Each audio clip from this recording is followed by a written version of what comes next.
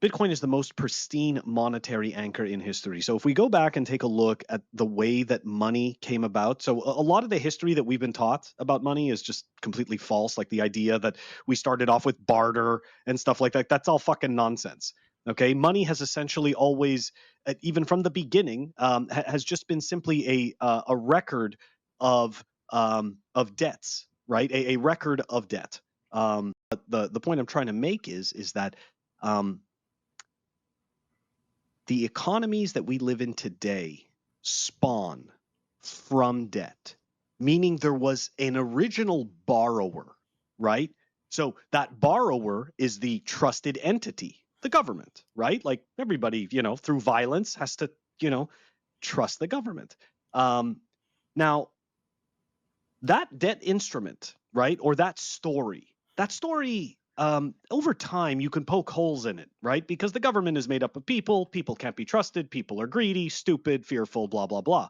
So, naturally, there's a lot of work that has to be done in upholding the perception of the benevolent, trustworthy government, right? But what if these incompetent, greedy, selfish governments could simply continue to do or continue to um, act in their depravity, right? Of just infinite money printing, and they can do it with this not original debt, but with the idea that there is this pristine monetary anchor outside of their coercion that they can point to, right? Now, of course, they're still just printing money, but now all of a sudden the story changes for them, right? All of a sudden now they've got this grassroots thing that some random person, right, supposedly did on the internet, and hey, all these people are gravitating towards it because of its amazing qualities. Bitcoin has the best story.